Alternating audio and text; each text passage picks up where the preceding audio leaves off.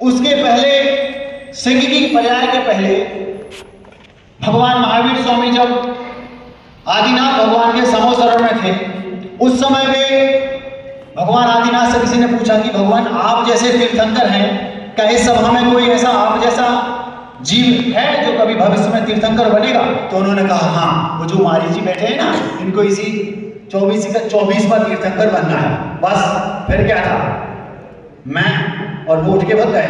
तो जिस समय वो मारीच जी के पर्याय में थे भगवान महावीर स्वामी, हो सकता है उस समय हम समोसरण में हों और वे तो मान कसाय के कारण समोसरण छोड़ के भग गए और बाहर जाके समोसा खाने लगे होंगे, लेकिन हम वहीं बैठे थे। तो हम उनसे अच्छे कह रहे हैं कि नहीं?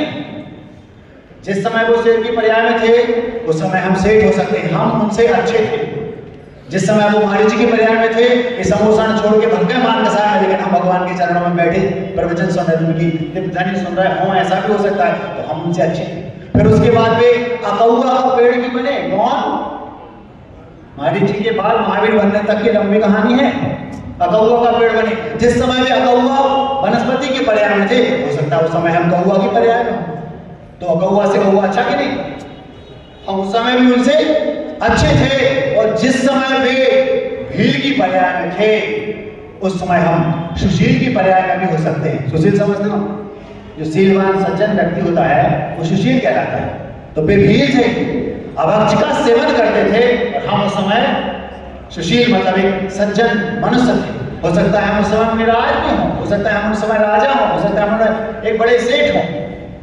जितनी भी उनकी पर्याय हैं पुरानी, उन सब में कई बार हम उनसे श्रेष्ठ रहे होंगे, कई बार हम उनके समकक्ष भी रहे होंगे। दूध का धुला इस जगत में कोई नहीं, सब चोर चोर मुंह से है भाई। तो हम, इसलिए मुझे भगवान महावीर स्वामी से जलन होती है कि मेरे साथ मुझसे नीचे का व्यक्ति मेरे देखते देखते भगवान बन गया और मैं वही हूं। आपकी दुकान यदि कपड़े की है और अगर आपकी दुकान के सामने किसी दूसरे की कपड़े की दुकान है, तो वो आपका कॉम्पिटिटर होता है कि नहीं?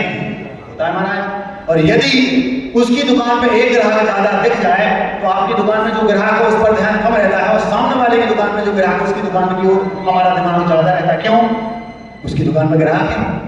अगर उसकी दुकान ज्यादा चलती है तो आपको पीड़ा होती है, जलन होती है, ईर्ष्या होती है कि नहीं होती? बताओ महाराज, होती है। तो जब महावीर स्वामी की दुकान ज्यादा चल गई तो तुम्हें जलन क्यों नहीं हो रही?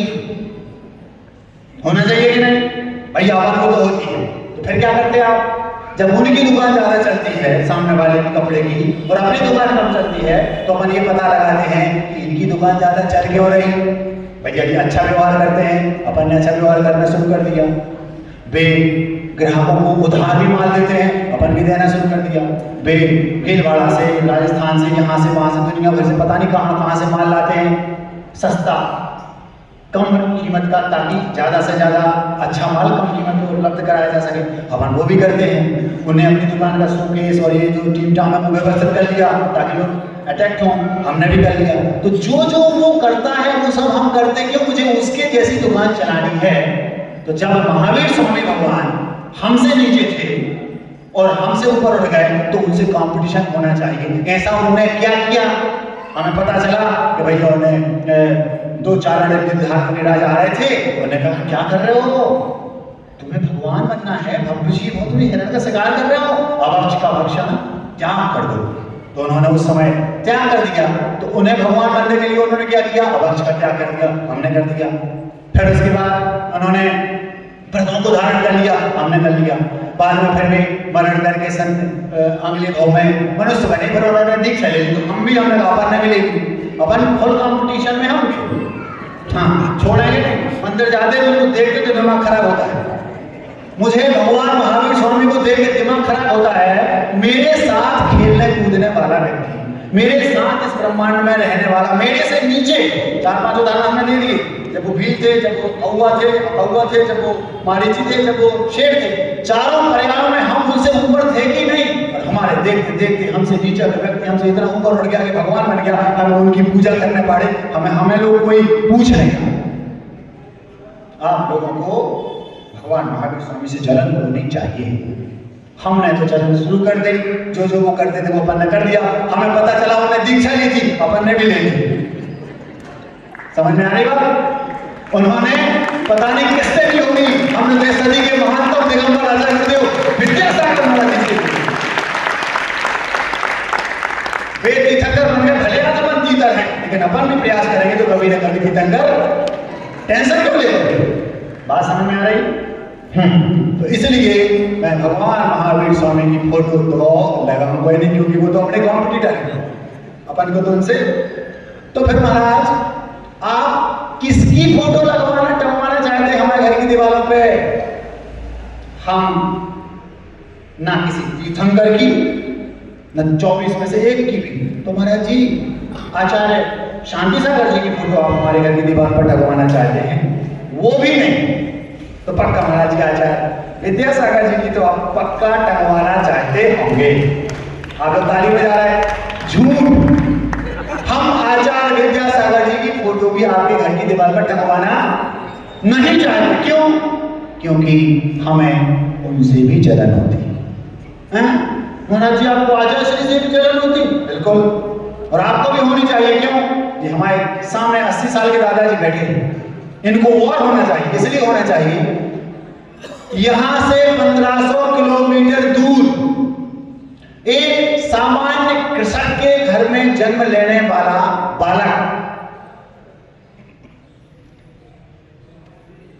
कन्नड़ भाषी वहां से चलकर हमारे एरिया में आया और हमारी भाषा सीख करके 55 सालों से तहलका मचा के चला है। हम अपने एरिया में कुछ नहीं कर पाए।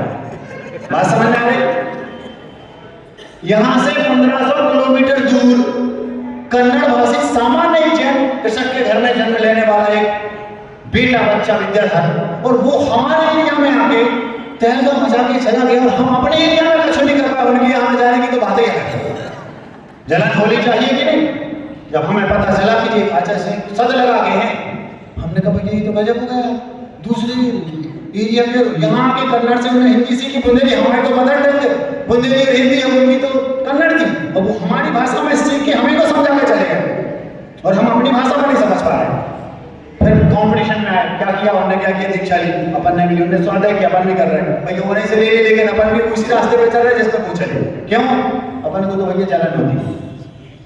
जब व्यापार करते हैं तो सामने वाले से जलन हो रही है, क्यों? उसकी दुकान ज्यादा चल रही है। या तो धर्म के क्षेत्र में जलना शुरू कर दो, और या फिर जो लौकिक क्षेत्र है उसमें जलना बंद कर। पक्षपात नहीं कर। महाराज हम लोग ना आपसे चलते हैं, ना आचार्य से चलते हैं, ना महावीर स्वामी से चलते हैं। क्यों? हम लोग सज्जन लोग हैं। तो फिर अपने सामने दुकान जिसकी ज्यादा चले उससे क्यों चलते हो? सज्जन हो तो या तो लौकिक क्षेत्र में भी चलना शुरू कर दो, अलौकिक क्षेत्र में भी चलना शुरू कर दो। तो दुकान सामने वाले की ज्यादा चल रही, उससे चलो, हमें कोई बुराई नहीं, खूब जलन होना चाहिए, लेकिन हम लोगों से भी चलो। जब हम आपकी स्थिति में थे, जैसे आप कपड़े पहने बैठे ना, जब हम बैठे रहते थे तो हम प्रवचन सुनने जाते थे महाराज के, उनके प्रवचन चलते थे, अपना दिमाग खराब होता था। क्यों? इसलिए दिमाग खराब होता था कि हमारी समझ में ये बात नहीं आ रही। हमसे छोटी उम्र के, हमारी उम्र मान लो हो गई 40 प्लस 43 4, और वे मान लो 25 साल के महाराज, और हम गए प्रवचन सुन रहे हैं, तो हम सोचते थे कि हमसे छोटी उम्र का लड़का सुना रहा है और हम उनसे बड़ी उम्र के हम सुन रहे हैं, ये कौन सी बात होगी? तो हमने कहा जलन हुई। जलन हुई तो हमने कहा इन्हें क्या किया कि ऊपर बैठ गए? वही हमने किया, हम ऊपर बैठ गए। बात समझ आ रही? आप लोगों को इस मंच पर बैठे महाराजों से जलन होनी चाहिए। 80 साल के दादा सामने बैठे वे सुन रहे हैं, और 25-40 साल का एक छोरा सुना रहा है, उनकी सुन रहे हैं। हमसे आधी उम्र का सुना रहा है और हम सुन रहे हैं। ऐसा क्यों? ऐसी मुझ में क्या कमी है कि मैं नहीं सुना रहा, मैं सुनाऊंगा तो वो सुनेंगे। तो क्या करें? जो उन्होंने किया वो पर करो, हमने दीक्षा दी, तुम लोग बगल में बैठ जाओ, खाली है। बात समझ में आ रही? इसका मतलब ये हुआ, मैं आचार्य विद्यासागर जी की फोटो भी लगवाना नहीं चाहता। और दूसरी बात, उनकी फोटो इसलिए लगवाना नहीं चाहता, टंगवाना आपकी हड्डी दीवारों पे, क्योंकि उनकी फोटो तो रग रग में है। उनकी फोटो शायद ही ऐसे भारत के शायद ही ऐसा कोई जैन परिवार होगा जिसमें इस सदी के महानतम दिगंबर आचार्य गुरुदेव विद्यासागर जी महाराज का चित्र न लगा। मैंने अपनी लाइफ में अभी तक कोई घर ऐसा जैन नहीं देखा।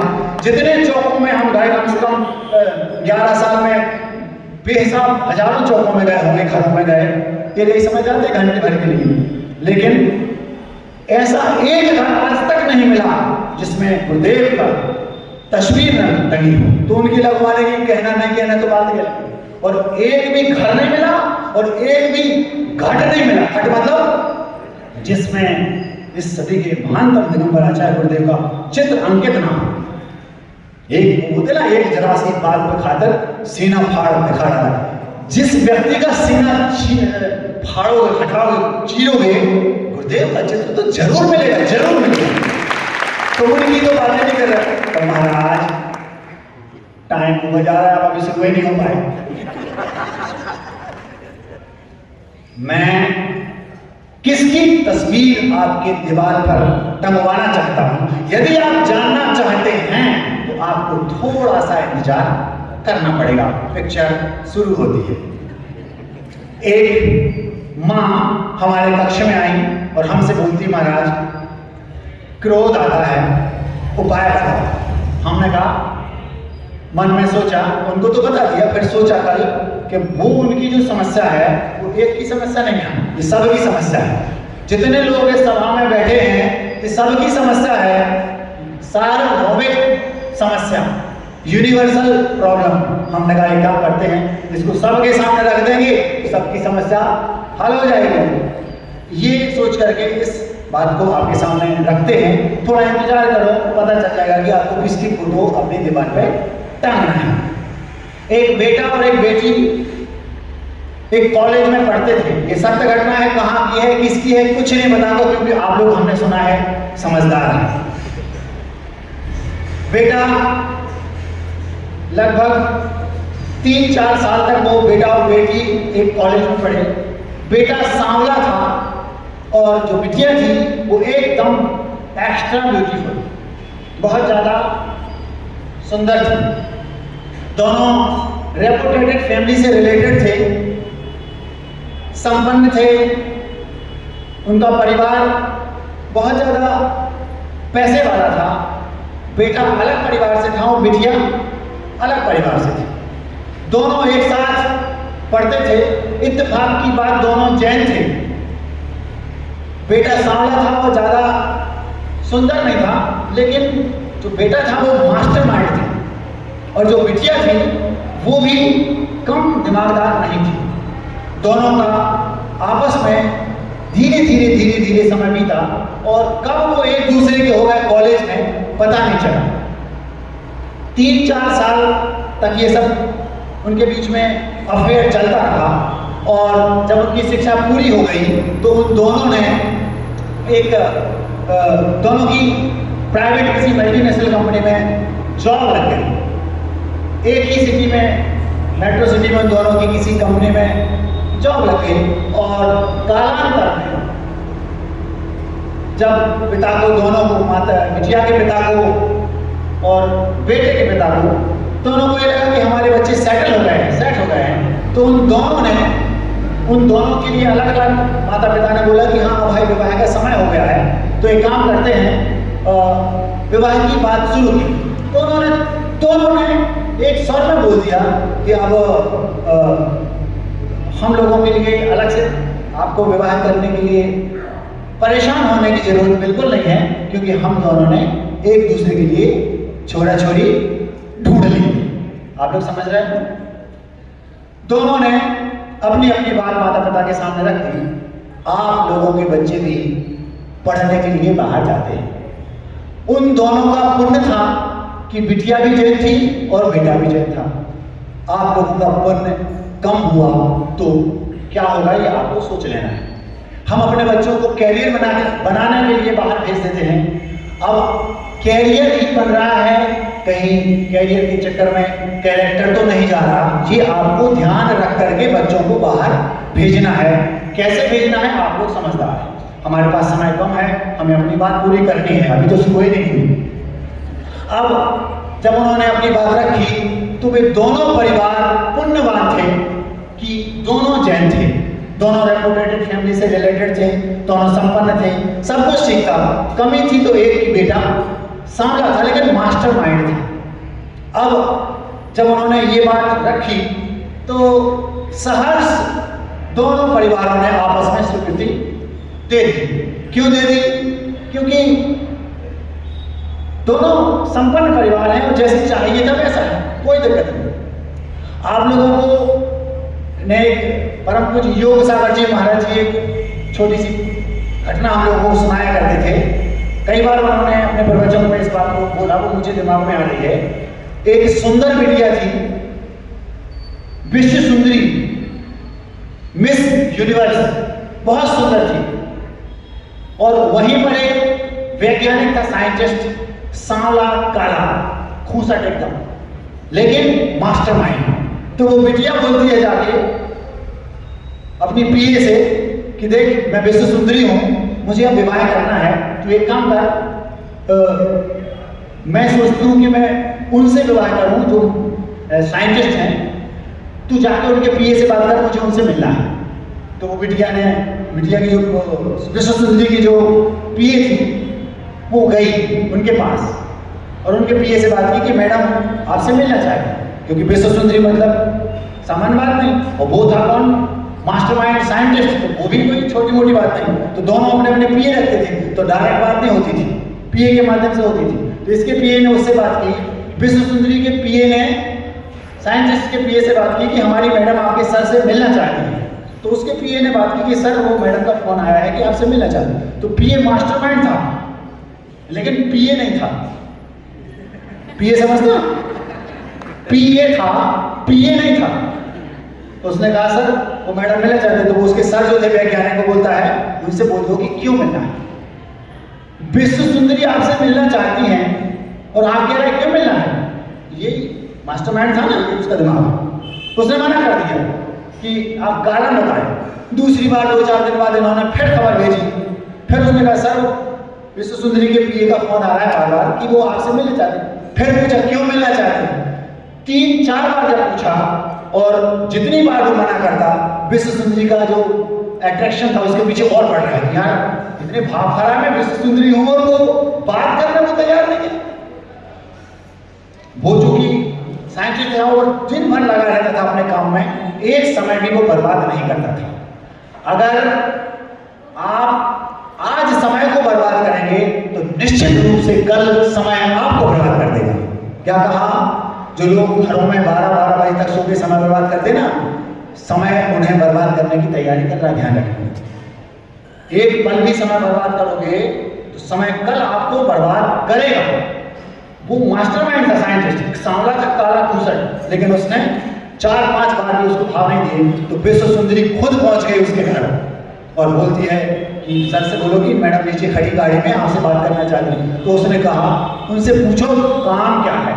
बोले सर वो काम तो नहीं बता रहे। तो उनसे बोलो कि उन्हीं से बात करें। तो उन्होंने कहा कि मेरे पास टाइम नहीं है, अगर वो मुझसे बात करना चाहती हैं तो कल मैं 10 बजे से 10:30 बजे तक भोजन करता हूँ डाइनिंग टेबल पर। उस समय मैं भोजन करता रहूँगा और वे अपनी जो भी उनको कहना है अपनी बात कहते हैं। इतना समय का वो कीमत करता था। कौन? तभी तो वो मास्टरमाइंड था, साइंटिस्ट था। एक पल की कीमत उसके पास थी। अब इसका एक्साइटमेंट बढ़ता जा रहा है कि यार गजब हो गया, मैं घर भी आ गया इसके, तब भी मुझसे बात नहीं कर रहा। तो और आकर्षण बढ़ रहा है।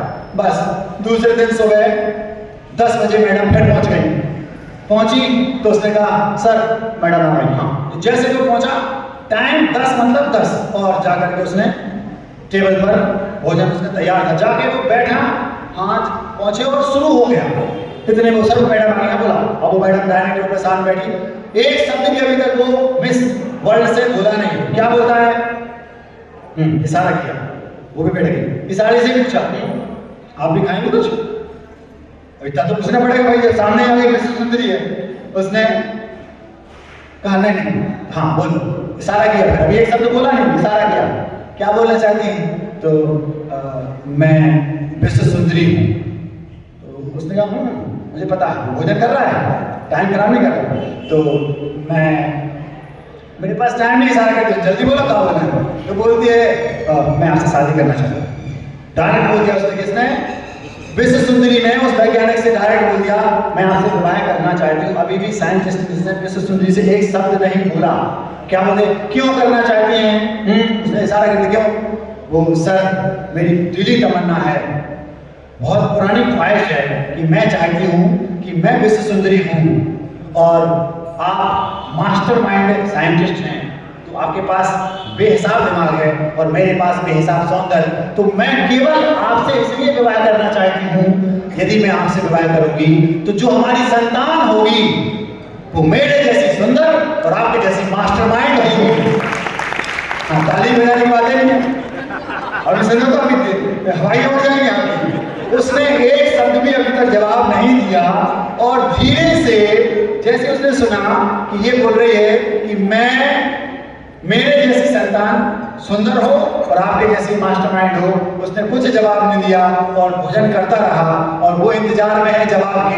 और जैसे उसका उसने भोजन पूर्ण कर लिए और हाथ धोया, अभी तक एक शब्द भी वो विश्व सुंदरी से बोला नहीं था, हाँ हो रहा था, और उसने एक पल भी बर्बाद नहीं किया, हाथ पहुंचते हुए खड़ा हुआ और 2 कदम बाद आगे जाके विश्व सुंदरी से बोलता है यदि उल्टा हो गया तो।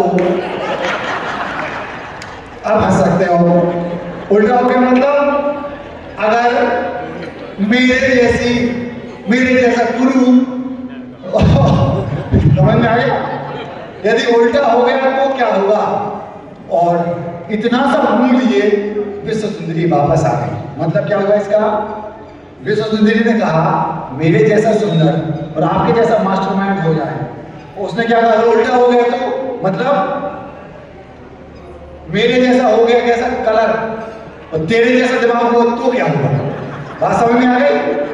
लेकिन ये हम इसकी बात नहीं कर रहे, ये तो हमने आपको उदाहरण दिया। हम जिस कॉलेज में पढ़ने वाले बेटा बेटी की बातें कर रहे थे, वे सुंदर थी बिटिया और मास्टरमाइंड भी थी, ऐसी भी थी। और जो बेटा था वो सांवला था लेकिन मास्टरमाइंड था। दोनों परिवारों ने विवाह की स्वीकृति दे दी और विवाह समय पर संपन्न भी। अपन इसलिए समय पर संपन्न करा रहे क्योंकि समय पूरा नहीं तो थोड़ी देर बाद करा देते, कोई बात नहीं। विवाह संपन्न हो गया, 2, 3, 4 साल निकल गए। हमारे ओंकार सागर जी बोलते हैं यदि 2-3 घंटे का आनंद लेना है, अगर आपको 2-3 घंटे का आनंद लेना है तो अच्छी सी मूवी देखने चले जाओ। अच्छी सी मतलब फूहड़ नहीं, अच्छी सी जैसे बागवान थी, बागवान जिसमें मैसेज मिले। हाँ, 2-3 घंटे का आनंद लूटना है तो अच्छी सी कोई मूवी देख लो। 1 दिन का आनंद लूटना है तो पिकनिक मनाने चले जाओ अपने मित्रों के साथ। 1 आध महीने, 2 महीने, 4 महीने का आनंद लूटना है तो विवाह कर लो। और जिंदगी भर आनंद लूटना है तो स्टेज पे आ जाओ ऊपर। हम लोग सुबह से शाम एक ही काम, जितना से हम नहीं बने वो इतना से मस्त है। क्यों? कोई जिंदगी भर का आनंद है, कोई काम है नहीं। जहां से देख लो हे स्वामी नमोस्तु। अगर अपनी जिंदगी में कुछ करना चाहते हो तो कुछ ऐसा करके जाओ। अगर आप अपनी जिंदगी में कुछ करना चाहते हो तो कुछ ऐसा करके जाओ कि जिस गली से गुजरो उस गली से आवाज आए हे स्वामी नमोस्तु। मतलब ये चले अपन जल्दी विवाह करा देते, उनका विवाह हो गया और 2-3 साल निकल गए। अब जो बिटिया थी वो भी जॉब थी और बेटा था उसकी भी जॉब थी, अच्छी बड़ी कंपनी में जॉब थी, पैकेज भी लमसम था। इत्तेफाक से उस बिटिया का गर्भ धारण हुआ तो उसने जॉब छोड़ दी और वो हाउस वाइफ बन करके रहने लगी। कालांतर में 8-9 महीने बाद 2 ट्विंस फूल जैसी संतान उनके हुई। अब गंभीरता से सुनना, बात हैवी है, ध्यान से सुनना। प्रश्न का उत्तर दे रहा हूं। अत्यधिक क्रोध आता है महाराज, क्या करें? इसका उत्तर दे रहा हूँ बहुत शॉर्ट में, क्योंकि घड़ी बहुत तेज चल रही है। अगर किसी में सामर्थ्य हो तो उस घड़ी को हटा के स्लो चलने वाली घड़ी वहां पर लगा दे। मेरे सामने उठ के खड़े होने लगे, भैया बैठ जा। हाँ, बस की विश्व में कोई ऐसा व्यक्ति नहीं जो स्लो चलने वाली घड़ी लगा दे। वो तो जिस समय पे चल रही उसी पे चलेगी। वो खड़े होने लगे, महाराज हम बदले दे रहे, ऐसा नहीं। अब जो बिटिया और पिता पति पत्नी बन गए वो दोनों, फूल सी दो संतानें हुई, एकदम वहां पे गई, बिल्कुल ऐसे लगता था जैसे देवपुत्र हो। तो थोड़े से बड़े हुए वो 2-4 महीने के हो गए। एक दिन की बात है, वो जो बेटा था जिसने प्रेम विवाह किया था, वो बेटा के पास उसके बॉस का फोन आया कि मार्च क्लोजिंग चल रही है, प्रतिदिन आप 11 बजे आते हैं, कल 1 घंटे पहले आना है। पत्नी से बोल दिया कल 1 घंटे पहले टिफिन तैयार कर देना। क्यों? क्योंकि बॉस ने मुझे 1 घंटे पहले बुलाया है, तो मैं 1 घंटे पहले जाऊंगा। बार बार फोन आ रहा उसका, मार्च क्लोजिंग चल रही है। उसने कहा ठीक है।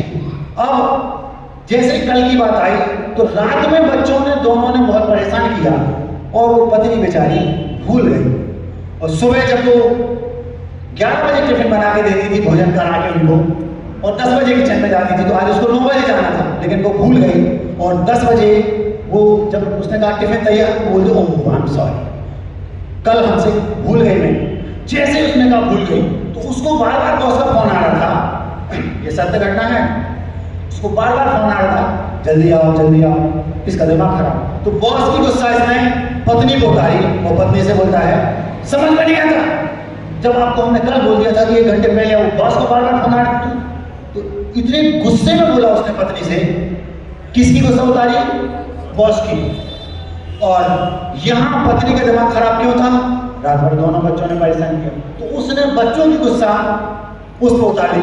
मैं क्या बैठी थी आपके बच्चों को संभाल रही थी, तो उसको गुस्सा आया, इसको गुस्सा आया, दोनों में गुस्सा आया। तू मैं शुरू, इनने 4 बातें बोली, उसने 8 बोल दी, इनने 16, उन्हें 32। गुस्सा आया, पति ने 1 थप्पड़ लगाया पत्नी को। आप लोग आश्चर्य नहीं करें, तो आप लोगों के घर में होता रहता होगा, हमें ऐसा मतलब पक्का नहीं मालूम। थप्पड़ लगा दिया। जैसे ही थप्पड़ लगाया तो पत्नी ने पल्लू उठाया और धीरे से गैस पर रख दिया। 2 मिनट भी नहीं लगे और 75-80% जल गया। 5 मिनट में एम्बुलेंस आई और हॉस्पिटलाइज्ड हुई, और हॉस्पिटल में पहुंचने के बाद बर्न वार्ड में उनको शिफ्ट कर दिया गया। अब वहां पर जब वो लोग पहुंचे जो उनके रिलेटिव थे, तो हाथ पकड़कर वो बोल रही है पत्नी, मुझे बचा लो, मुझे कैसे भी बचा लो, मेरे बच्चों का क्या होगा, उनका क्या होगा। उनका मतलब जिन्हें थप्पड़ मारा था, उनका क्या होगा। आप लोग हंसो नहीं, बहुत गंभीर बात है। हर घर की कहानी है, बेहिसाब क्रोध एक दूसरे को आता है। अगर पति को क्रोध आए और आप 5 मिनट शांत हो जाओ, सब ठंडा, और आपको आ गया तो ये कहानी बनेगी जो हम बता रहे हैं। बस अब क्या था, वो पति वहां जोड़े हाथ, डॉक्टर साहब जितना चाहिए उतना ले लो, लाख करोड़ 2 करोड़ मेरी पत्नी को बचा लो, कोई मेरी जिंदगी है। 5 मिनट पहले कहाँ गई थी जिंदगी, और वो पत्नी क्या बोल रही, मेरे बच्चों का क्या होगा, मेरे पति का क्या होगा। 15 मिनट पहले कहाँ गए थे पति के बच्चे। क्रोध मूर्खता से शुरू होता है और पश्चाताप पर समाप्त। कोई बात नहीं, अब कुछ नहीं हो सकता। 25-30 लाख रुपए खर्च हुए और आखिर 5, 7, 8 दिन में उस पत्नी की डेथ हो। अब उन बच्चों का क्या होगा, अब उस पति का क्या होगा। सुनो, तो 4-6 महीने निकल गए, हम बहुत जल्दी कर रहे हैं क्योंकि ओंकार सागर इशारा कर रहा है। मतलब वो ये कह रहा है कि टाइम हो गया आप लोगों का, हमारे पास तो टाइम ही टाइम है। अब 5 मिनट में ये सब घटना घटी। सोचा 8 दिन 10 दिन में पत्नी की डेथ हो गई, तो 25-30 लाख खर्च हो गए, क्योंकि बड़े लोग थे, बड़े हॉस्पिटल थी, पैसे खर्च हो गए। अब 15 दिन, महीने भर बाद, 2 महीने बाद, 6 महीने बाद मनाते रहे बेटा को, बेटा अपने लिए नहीं दूसरा विवाह कर लो, तैयार नहीं। आखिर साल भर बाद उसको लगा कि 2 बेटों को कौन संभालेगा, तो फिर दूसरा विवाह के लिए वो तैयार हो गया। अब पत्नी कौन सी मिलेगी, सेकेंड हैंड गाड़ी थी। उसका एक पहले से काला कर्म का बेटा था, उसका पहले विवाह हुआ किसी से, उससे इसका विवाह हुआ। अब क्या होगा, अब चलेगी समझौता एक्सप्रेस। बात समझ में आ रही? समझौता एक्सप्रेस समझते हो? महाराज जी ने कविता रख दी है, टाइम बहुत कम है, बहुत गौर से सुनना। विवाह हो गया किससे? पत्नी जितनी सुंदर थी उससे आधी सुंदर। उसके पास एक जो उसका पुराना पति था वो भी ऐसे थी, उसका पति एक्सपायर हो गया था, इनकी पत्नी, तो आपस में विवाह हो गया। ये भी काले कलूटे थे। तो जो पत्नी नई आई वो पहले विवाहित हो चुकी थी, उसका उनसे उनके पति की डेथ हो गई होगी, तो उसका एक बेटा था वो भी काला कलूटा, उससे इनका विवाह हो गया। अब अंगुली रखो, अंगुली पर अंगूठा रखो, गिनो कि जिंदगी भर उस बेटे को कितनी जगह समझौता करना पड़ेगा। अब समझौता एक्सप्रेस शुरू हो गई, जबकि जिस समय पत्नी ने बोला था कि बच्चों ने परेशान किया, सॉरी मैं भूल गई, उस समय यदि एक पल के लिए समझौता कर लेते, जिस समय उसको क्रोध आया था उस समय ये 2 मिनट शांति पकड़ लेते, समता रखते, मौन धारण कर लेते, प्रतिकार नहीं करते, जवाब नहीं देते, तो आज कितनी बार कितनी स्थानों पर समझौता नहीं करना पड़ता। गिनो पहले नंबर तो ये, सबसे पहला तो ये कि आप अब चौका नहीं लगाएंगे। मुनिराज आपके घर में नहीं आएंगे। महाराज जी कोई व्यवस्था है, लगा सकते, लेकिन फिर उसके लिए बहुत लंबी प्रक्रिया है, आचार्य महाराज से परमिशन लेनी पड़ती है। घबराना नहीं। पहली समस्या ये, चौका नहीं लगा सकते। दूसरी समस्या ये कि जैसा स्नेह उसकी सगी मां और बच्चों को देती थी, क्या ये देगी? दूसरा समझौता। तीसरा, जिस गली से निकलोगे, जी कोई है इसने इसकी पत्नी ने आग लगा ली थी, तो जिंदगी भर के लिए एक लांछन, ये जिंदगी भर की बात बता रहे हैं। फिर चौथा क्या, अब जैसा उसकी जिसे प्रेम विवाह किया था वो इसको प्रेम करती थी, क्या ये करेगी वैसा? ये तो समझौता एक्सप्रेस चल रही है। पांचवी बात, जैसा ये अपनी पत्नी को प्रेम करता था, क्या इसको करेगा? नहीं। और सबसे बड़ी समस्या, वो जो काला कलूटा बेटा उसके साथ आया है, वो पापा पापा बोलेगा जिंदगी भर। 7वीं, अब उसको हिस्सेदारी में अपने जीवन का जो कमाई है उसके हिस्सेदारी में भी देनी पड़ेगी। 2 बेटे अपने और 1 बुलाई थी, तो 3 को, अब हिस्सा 3 में बटेगा। 8वीं, ऐसी हमारे पास टाइम नहीं है, तो हम 50 गिना देंगे, हम इसलिए भी गिना रहे क्योंकि आपको गिनती आती है।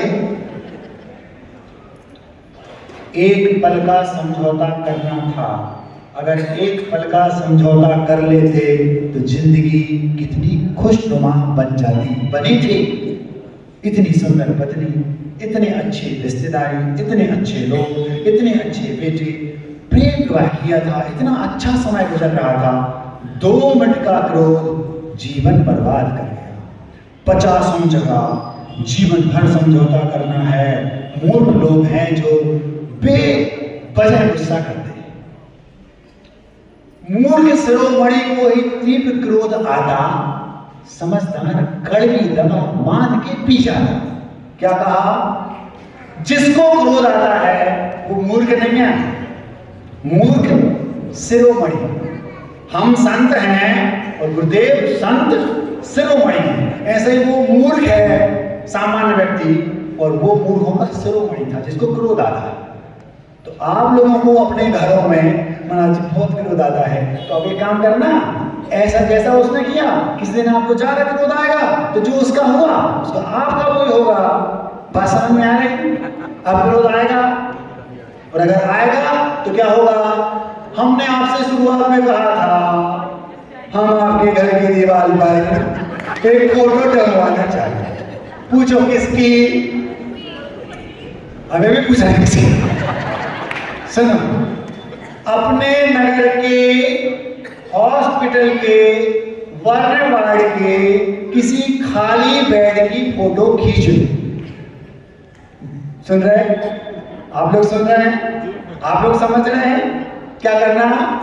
अभी यहाँ का जो आपका फेमस हॉस्पिटल हो, क्योंकि आप लोग पैसे वाले, छोटे मोटे में तो जाएंगे नहीं, तो उसमें जाओ और भरने वार्ड का, क्योंकि सारे वार्ड के बेड प्राय भरे होंगे, जो खाली हो उसका एक फोटो खींचो और उसको जड़वाओ बढ़िया, और अपने घर की फ्रंट जो दीवार है जहां पे आपकी 24 बार दिन भर नजर पड़ती है, उस पे जाके दीवार पर टांग दो। क्यों टांग दो?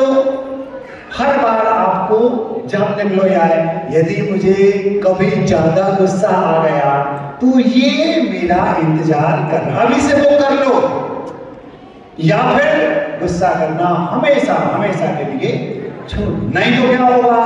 मूर्ख शिरोमणि को ही तीव्र क्रोध आता, समझदार कड़वी दवा मान के पी जाता।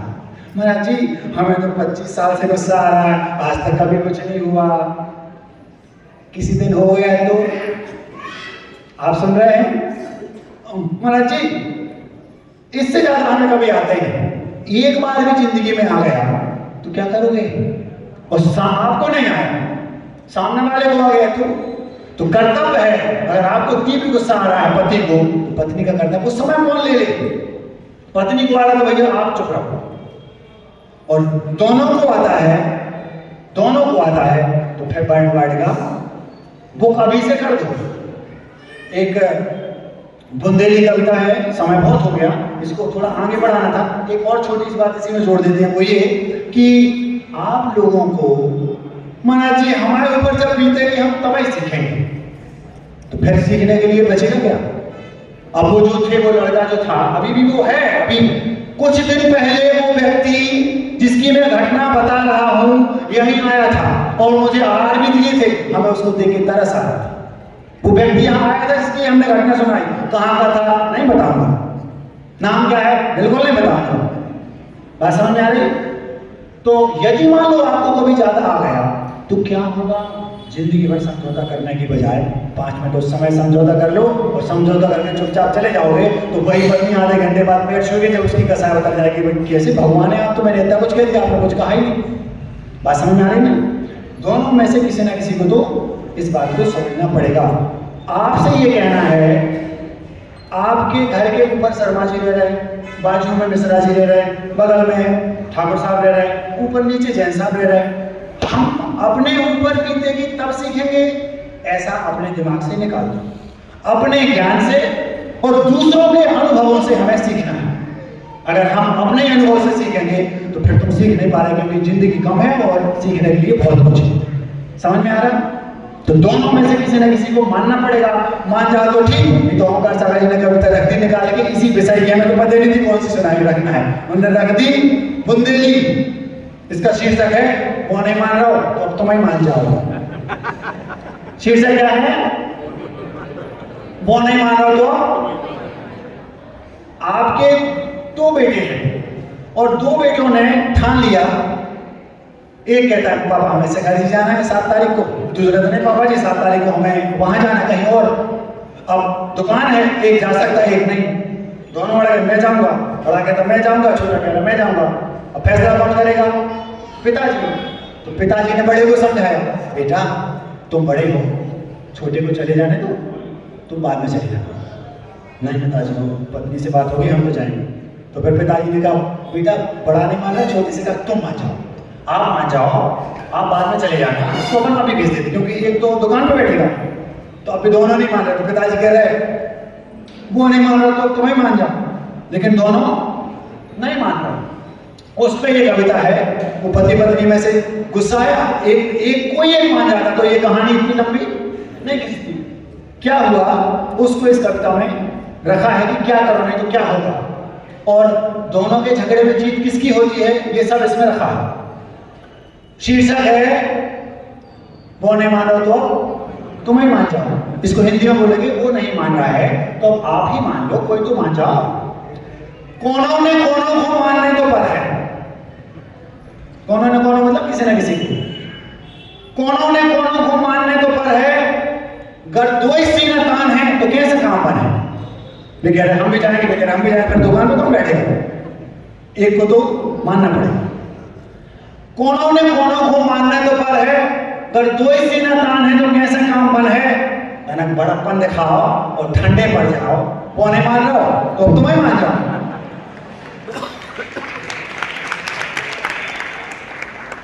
कबो कबो जिंदगी में ऐसो मोड़ आत है, ध्यान से सुनना। कबहू कबहू जिंदगी में ऐसो मोड़ आत है जब अपनों से झगड़ा में हार जाओ जात है। सुन रहे? कबहू कबहू जिंदगी में ऐसो मोड़ आत है जब अपनों से झगड़ा में हार जाओ जात है। अरे हारे में जीत छुपी, अकल तो लगाओ। वो नहीं मान रहा हो तो अब तुम ही मान जाओ। जो हार गया वो जीत गया। पिता ने कहा बड़े से, बेटा तुम मान जाओ। बेटा छोटा कहता है हम तो जाएंगे। बड़े से कहा बेटा तुम मान जाओ। बड़ा नहीं माना। पिता ने कहा बेटा छोटे तुम मान जाओ। जी पिताजी। छोटा मान गया। हार किसकी हो गई? छोटे की। अपनों से हार गया, लेकिन वो अपनों से तो हार गया, लेकिन पिता की नजरों में वो जीत गया। अब जब बंटवारा हुआ तो पिता ने एक खोखा धीरे से उसको अलग से, बेटा ये डायमंड था एक खोखा का, ये तुम रख लो। क्योंकि पिता के दिल में किसके प्रति प्रेम था? तो जीत किसकी हुई? अपनों से जो हार गया वो ही जीता। समझ रहे कि नहीं? कबहू कबहू जिंदगी में ऐसा मोड़ आता है जब अपनों से झगड़ा में हार जाते हैं। अरे हारे में जीत छुपी, अकल तो लगाओ। वो नहीं मान रहे हो तो अब तुम ही मान जाओ। विचारों में तनक बहुत ऊंच नीच चलत है। सबके विचार एक से नहीं होते, लेकिन मनभेद नहीं होना चाहिए। मतभेद तो हो सकता है, होने चाहिए। बिना मतभेद के संसद भी नहीं चलती। मतभेद तो होना ही चाहिए, लेकिन मनभेद नहीं। विचारों में तनक बहुत ऊंच नीच चलत है, पर आपस में मनमुटाव जीवन भर खलत है। खलत है मतलब दुख देता है। विचारों में तनक बहुत ऊंच नीच चलत है, पर आपस में मनमुटाव जीवन भर खलत है। अरे हिल मिल के रहो, खूब हंसो गुलगुलाओ। वो नहीं मान रहे हो तब तुम्हें मान जाओ। विचारों में तनक बहुत ऊंच नीच चलत है, आपस में मनमुटाव जीवन भर खलत है। अरे हिल मिल के रहो, खूब हंसो गुलगुलाओ। वो नहीं मान रहे हो तो अब तुम ही मान जाओ। जो अड़ गए अकड़ गए, जड़ से उखड़ गए। क्या कहा? जो अड़ गए अकड़ गए, जड़ से उखड़ गए। जो झुक गए संभल गए, खूब आगे बढ़ गए। झुकवे में जीवन है, अड़वे में बिखराव। वो नहीं मान रहे हो तो अब तुम ही मान जाओ। बड़ा हृदय रखो, समझदारी का हाथ है। गौर से सुनना इन शब्दों को। अपने घरों में हर एक व्यक्ति को ये फॉलो करना चाहिए। बड़ा हृदय रखो, समझदारी का हाथ है, और सबको संगे लेके चलो तब तो कोनो बात है। बड़े हो और बड़प्पन नहीं। यहाँ काहे के बड़े? उम्र में बड़ा है, लेकिन बड़प्पन नहीं। यहाँ वो छोटा है, और जो उम्र में तो छोटा है लेकिन बड़प्पन है, वास्तव में वही बड़ा है। दो प्रकार के लोग दुनिया में होते हैं, एक बड़े और एक बड़े वाले। जिनके अंदर जिनकी दृष्टि कर्तव्यों पर है वे बड़े, और जिनकी दृष्टि अधिकारों पर है वे बड़े वाले। जितने लोग बैठे हैं बड़े घर में, आपका कर्तव्य है आप कर्तव्यों पर दृष्टि रखें। अरे सब लोग आपके क्या बोलते पहिया पखारेंगे। हाँ, बड़ा हृदय रखो, समझदारी का हाथ है, और सबको संग लेके चलो तब तो कोनो बात है। वजन तो बढ़ा रहे, वजनदारी बढ़ाओ। वजन तो बढ़ा रहे, वजनदारी बढ़ाओ। वो नहीं मान रहे हो तो तुम्हें मान जाओ। अहिंसा पर लड़ेंगी। कुछ एक मिनट पूछे ओंकार सागर जी महाराज जी, वो जो यहाँ पर आप लोगों का वो मंदिर निर्माण से संबंधित जो महिलाओं का वो चल रहा है ना, उसके संबंध में कुछ 2 मिनट में महाराज जी अपनी बात रख रहे हैं। कहाँ गए थे जी? हाँ,